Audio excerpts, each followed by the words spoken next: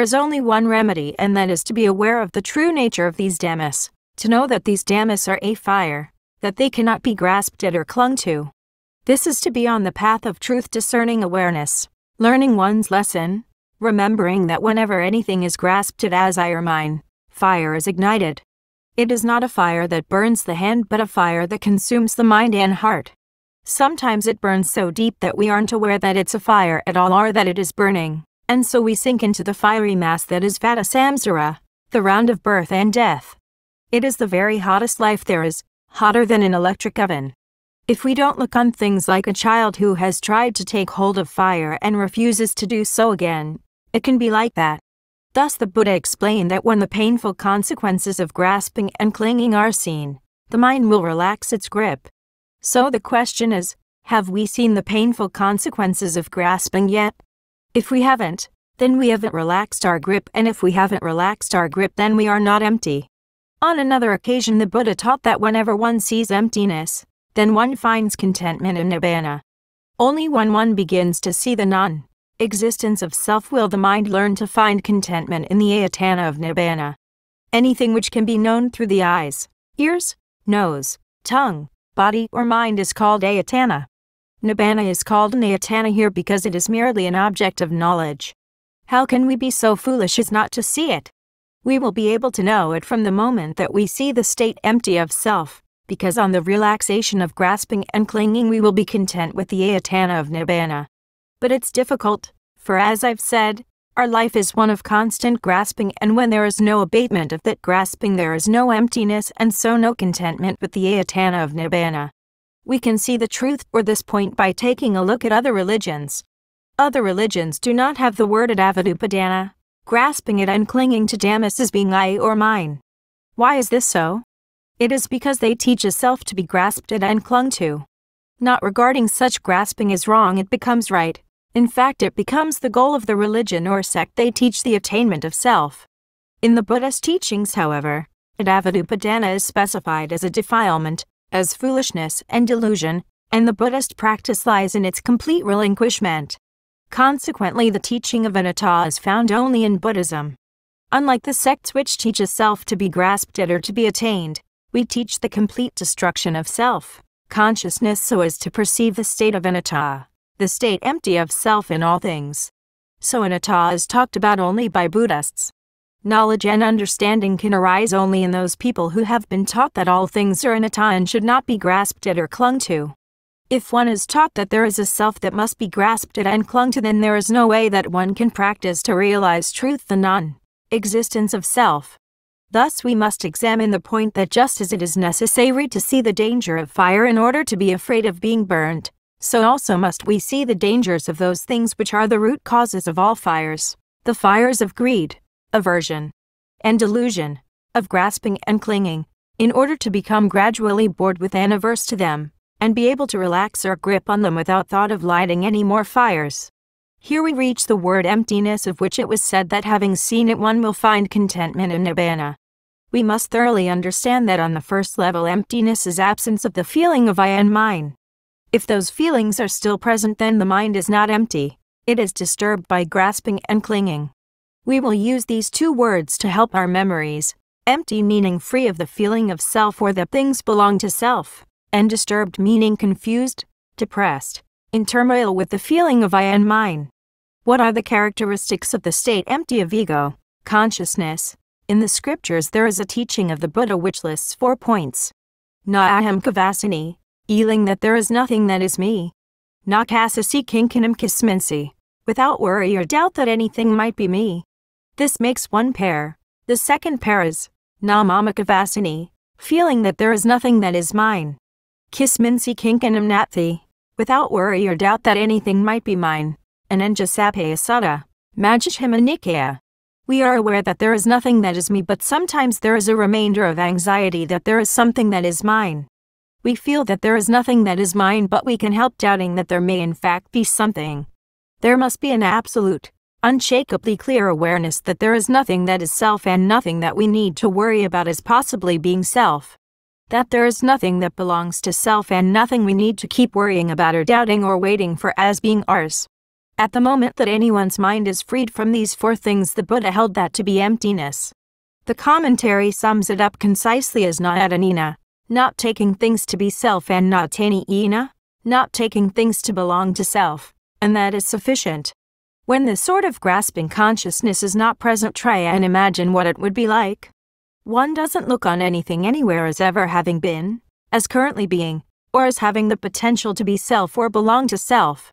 There is no self in the present and no basis for anxiety regarding self in the past or future. The mind has realized emptiness through seeing clearly that there is nothing at all that can fulfill the meaning of the word self or belonging to self. All things are dhammas, simply parts of nature. This is the mind that is identical with emptiness. If we say that the mind has attained or realized emptiness, it leads some people to understand that the mind is one thing and emptiness another. To say that the mind comes to know emptiness is still not particularly correct. Please understand that if the mind was not one and the same thing as emptiness, there would be no way for emptiness to be known. The mind in its natural state is emptiness. It is an alien foolishness that enters and obstructs the vision of emptiness. Consequently, as soon as foolishness departs, the mind and emptiness are one. The mind then knows itself. It doesn't have to go anywhere else knowing objects. It holds to the knowing of emptiness, knowing nothing other than the freedom from self and belong to self. It is this emptiness that is the single highest teaching of the Buddha, so much so that in the Samyutta Nikaya the Buddha says that there are no words spoken by the Tathagata that are not concerned with sunnata. He says in that sutta that the most profound teaching is that which deals with emptiness. Any other subject is superficial. Only the teaching of Sunyata is so profound that there must be a Tathagata enlightened in the world for it to be taught. In another section of the Samyutta Nikaya, the Buddha says that emptiness is the Dhamma that is always of the most benefit and support to lay people.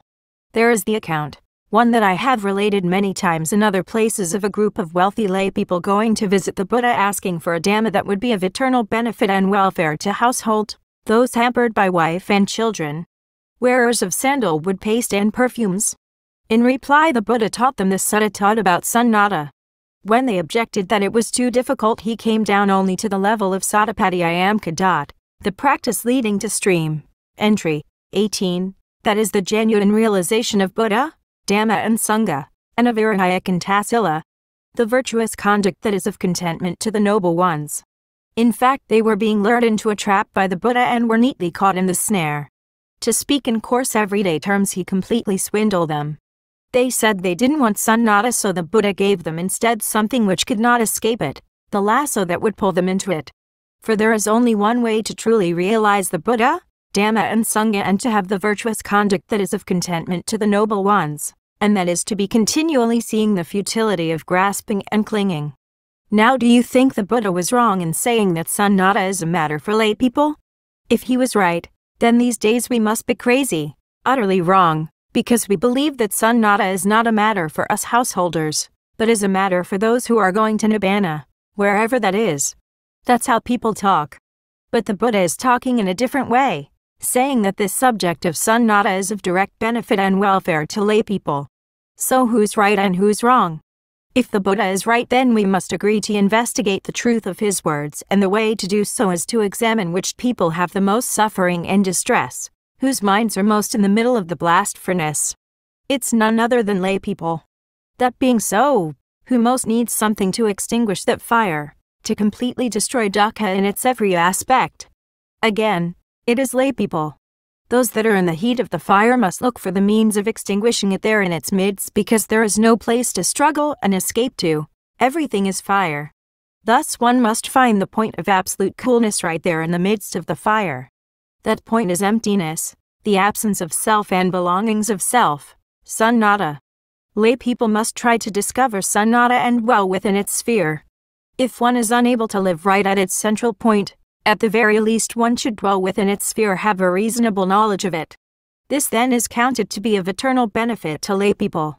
This group of people is asked what would be of eternal benefit to them, and the Buddha answered, Sunnadapada Samayutta Lakutara Dhamma, Dhammas endowed with sunnata transcend the world.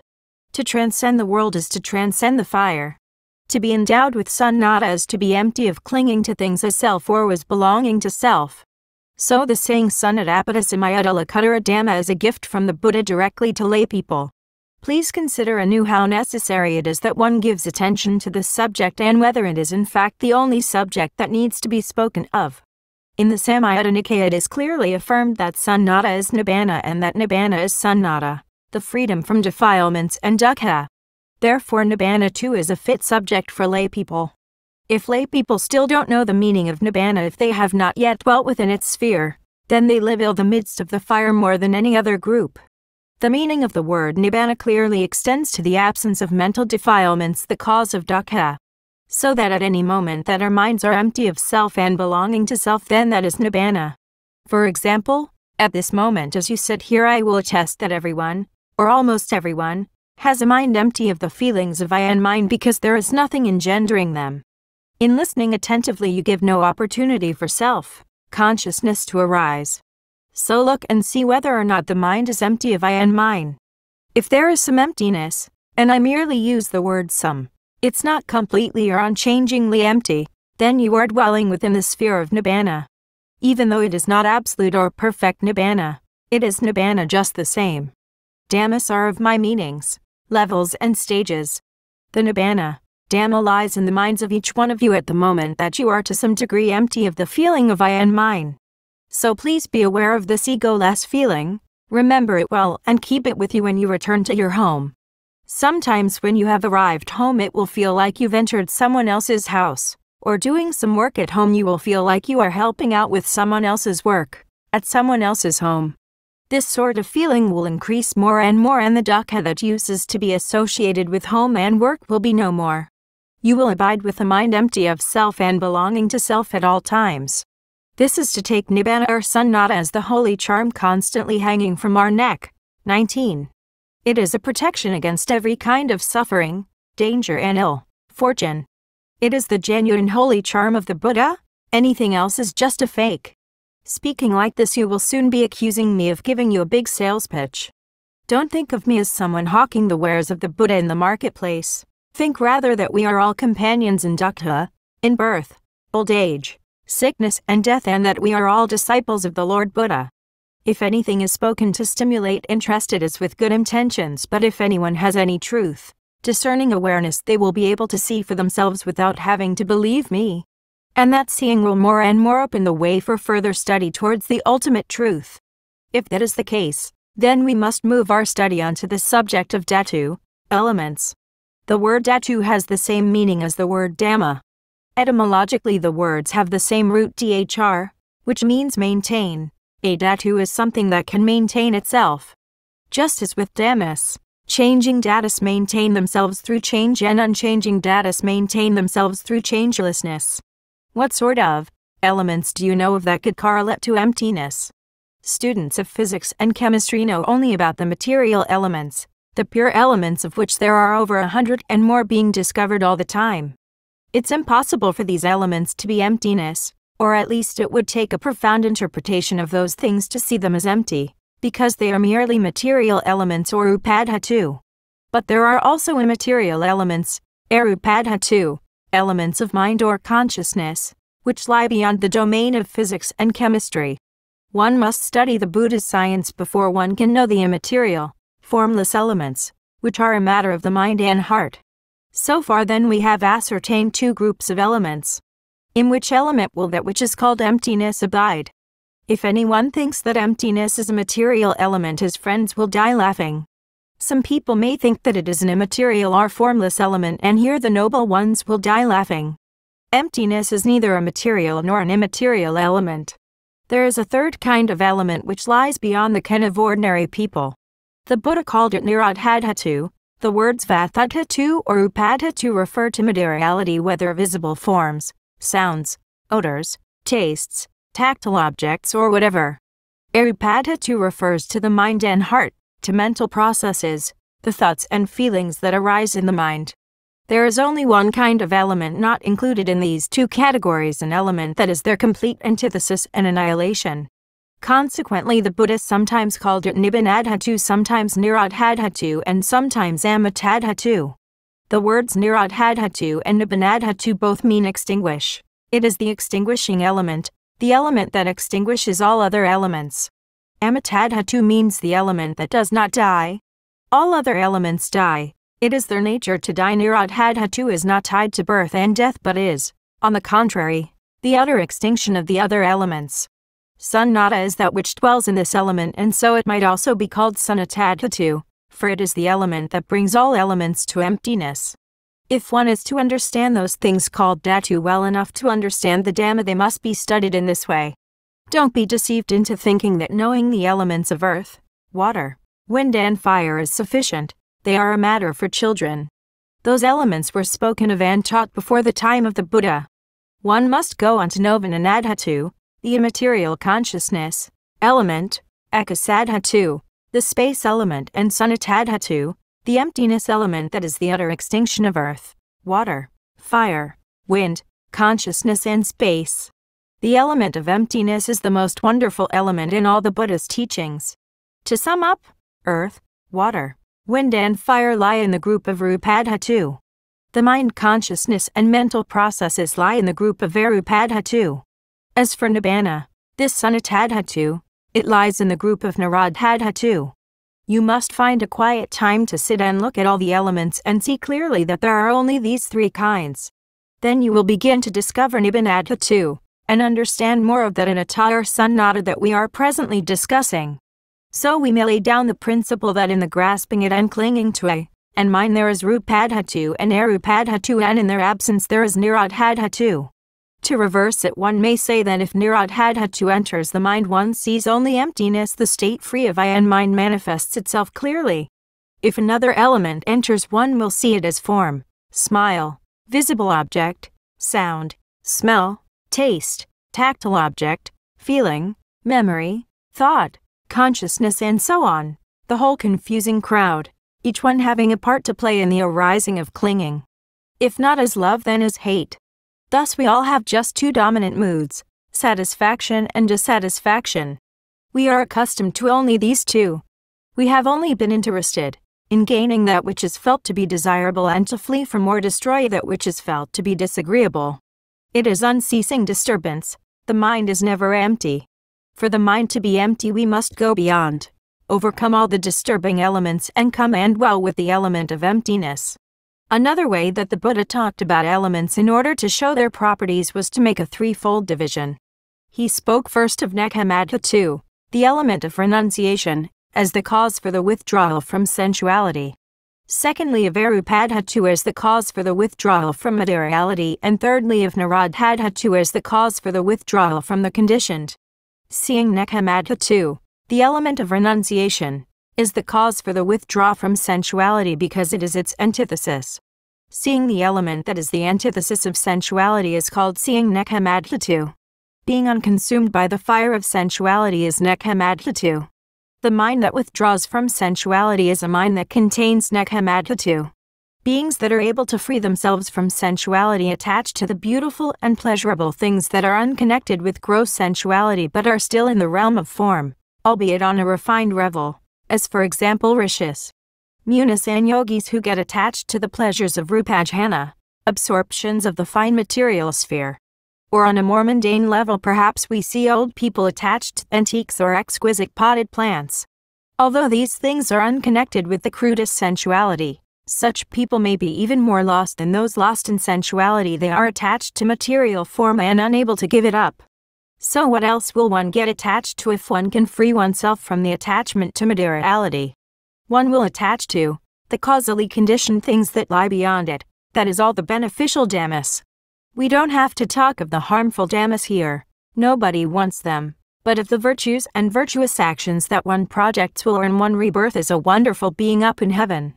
People dream about this endlessly. But being born in heaven is sankhata, a conditioned state. We are also caught up in being this and that kind of self and having this and that kind of possession of self. Being the self of an animal is no good, so we want a human self. Seeing that being a human is no good, we want to become a celestial being. That's no good, so we want to become a Brahma god. Seeing that being a Brahma god is no good, we want to become a Mahabrahma god. There's a self there all the time. It's all sankhata. Only on the discovery of Nirodhadhatu can we withdraw from the condition. Thus Nirodhadhatu is the final element. It is the element of extinguishing. It is the utter extinguishing of I and mine. If there is an absolute and final extinction, Anupadasesa Nibbana, then one becomes an arahant. If the extinction is incomplete, say Apadasesa Nibbana, then one becomes one of the lesser noble ones, for there is still a remnant of ego. It is not the true ultimate emptiness of Paramam Sunam. To summarize, we must know the datas, the true constituents of all things. Please understand them according to the main principle whereby there is Rupadhatu, elements with form, Arupadhatu, elements without form, Nirodhadhatu, the element which is the extinguishing of both the form and formless elements. We can confidently assert that there is nothing outside the scope of these three words. We are learning something about the Buddha's science, the science that encompasses the physical, mental and spiritual spheres. It enables us to have an utterly thorough knowledge of all things that precludes any further grasping at them. And it is this that must be the meaning of emptiness for us. Now I'll expand on a few points in order to round off our understanding of emptiness. In the Upanasika Sutta of the Majjhima Nikaya, the Buddha calls Sunnata Mahapurisa Vihara. This translates as meaning that emptiness is the abode of the great man. The great man does not have a wandering, restless mind that spins this way and that, as does the mind of an ordinary man. The great man has a mind that dwells in emptiness, with emptiness, is itself emptiness. That being so, Sunnata is the abode or temple of the great man, that is of the Buddha and the Arahants. To say that emptiness is their abode means that they live it and breathe it. The Buddha stated that he, the Tathagata, dwelt and passed his life in Sunnata Vihara. When he was teaching Dhamma, his mind was empty of self and belonging to self. When he was on alms, round or doing his daily tasks, his mind was empty. When he was resting or enjoying himself in his free time, 20. He was dwelling empty of self and belonging to self. Thus he affirmed to Sariputta that the Tathagata passed his life in Sunnata Vihara. Here we are not talking about the ordinary unenlightened person but of the great man, of the Buddha, how he lived and in what abode he dwelt. If you want to see the Buddha's dwelling place, don't go thinking that it's a building made of bricks and mortar or something in India. You should think of the abode called Sunnata Vihara or Mahapurisa Vihara. It must be supremely empty. The supreme emptiness is not the momentary flash that we may experience sitting here, which has disappeared by the time we get home. Sunnata Vihara refers to the ultimate emptiness, and so another word is used, a rather long one, Paramanutara, Sunnata. It is composed of three words, Parama plus Anutara plus Sunnata, and means supreme unsurpassable emptiness. In the technical literature of Dhamma, this point relates to the Siddhasama Dhi devoid of nimittas, 21, where the mind lacking any nimitta is radiantly pure to the extent of being free of the asavas, 22. This condition may be of a kind that can be regressed from, or it may be permanent. If at any moment that there is the kind of Setta Samadhi where there are no nimittas to be clung to as self or as belonging to self, then that radiant mind, free of the asavas, is called Paramanutara Sunnata and is the natural, unforced state of the Arahants. If we unenlightened people are ever going to be true adepts, we must be able to attain this Setta Samadhi. Even if we don't end the asavas once and for all, it will be an occasional freedom from them. It will be borrowing something of the Buddha and the Arahants to have a look at, so that we don't lose heart. For that which is called emptiness or enlightenment or Nibbana is both of the sort that is obtained absolutely and finally, and of the temporary, uncertain sort that we ordinary folk may know. There is even a third sort, which occurs by coincidence. At times when our surroundings are particularly conducive, the mind may be empty for an hour or two. But the important thing is that we set our minds on practicing to the best of our abilities to make the mind empty. The term Paramanutara Sunnata is used by the Buddha means the utter destruction of greed, aversion and delusion, the grasping at and clinging to things as self or as belonging to self, and thus has the same meaning as Samaketa Pahana or final abandonment. Consequently, when speaking of the highest level of Sunnata, the Buddha used this term supreme unsurpassable emptiness. If we gradually lower our eyes from this summit of emptiness, we will be able to understand its lesser levels. Directly below the peak of Paramanutara Sunnata are the following: Nevasananasannayatana, Akinjanayatana, Vinnanjayatana, Akasananjayatana, Patavisan, Aranasan. Looking downwards from the summit, it is hard to understand, so we will start from the bottom and gradually raise our eyes to the peak. The very first level is Aranasana, which means the perception of forest. If where we live it is noisy and confusing, we imagine it to be a forest, as if it truly is one and we really have entered it. We may imagine the forest to be empty and tranquil, free from disturbing noises. Merely imagining a forest is already one sort of emptiness, but an emptiness that is child's play. Higher than Aranasana is Pathavasana, whereby we create the perception of earth. We become conscious of all phenomena as being merely the earth element. Pathavasana can eradicate craving for the sense pleasures of visible forms, sounds, odors, tastes and tactile objects. It is something the young should try. Here, if we wish to ascend further, we must create the perception of Akasananayatana, that is, create the feeling that there is nothing but infinite space. Space is indeed one kind of emptiness, but it is not true sunnata. Sunnata is of a higher order than vacant empty space. You don't have to be interested in that sort of emptiness. Pay attention to the subtler level of sunnata, such as that whereby we create the perception that there is nothing but infinite consciousness. The perception that there is nothing but the infinite consciousness element is called Vinanayatana. If we ascend even higher, we reach the kind of sunnata called Akinkanayatana, whereby we mentally create utter nothingness. We don't allow the mind to focus on anything, we fix it on nothingness. However, there still remains the feeling that there is nothingness. One step further on lies Navasananasanayatana, non-perceiving perception. It's said that it is neither like being alive nor being dead. To say that there is perception would be false. To say that there is no perception would also be false. There is no labeling or interpretation of experience. There is awareness without perception. It is so subtle that to call a person in this state alive would be false, to call him dead would be false. This too is a kind of emptiness. These 6 levels of emptiness are not the same as Paramanutara Sunnata. The Buddha spoke of them merely to demonstrate the various gradations of emptiness. None of them are the emptiness that is the abode of the great man. They are the sorts of emptiness that Rishis and Munis had been groping after since, before the time of the Buddha. Once having discovered them, they would get stuck in them, unable to get beyond them. It was like that until the Buddha found the true sunnata, which is the abode of the great man, the supreme unsurpassable emptiness that I have been speaking of. The commentaries call the experiences of sunnata, sunnata phassa.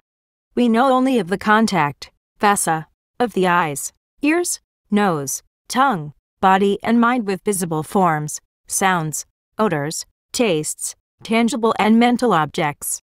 We have never had sunnata phassa, the contact with sunnata, because we know only of rupadhatu and arupadhatu. We know nothing of nirodhadhatu. When we come to know nirodhadhatu, we will experience a new sensation, that which the commentators call sunnata phassa. It is the name of the noble path on the level that truly destroys mental defilements. When we have developed our practice to the point that it is destroying defilement, there is sunnata phassa. It is like touching sunnata with our hand. Our minds come into contact with emptiness. Emptiness as contact relates to the noble path of one for whom anattanupassana, the insight that there is no self nor anything belonging to self, that there are merely dhammas and natural processes, is growing continually. If the noble path is of this nature, it is called sunnata, and any contact which takes place on that path is called sunnata phassa. Anattanupassana, the cause of that state, is a consequence of dukkhanupassana, the insight into dukkha. Dukkhanupassana is like having once tried to take hold of fire, knowing that it's not at all something to put your hand in, or knowing that no dhammas whatsoever should be grasped at or clung to, because once taken hold of, they become a fire. If spiritually we are well conversant with the way that fire burns and consumes, how it constricts, envelopes, pierces and entangles, then that is dukkhanupassana.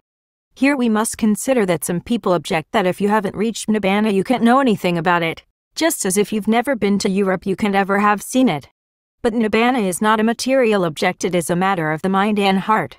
As I have said, right now most of your minds are empty. This is already a taste. Be diligent in seeing that.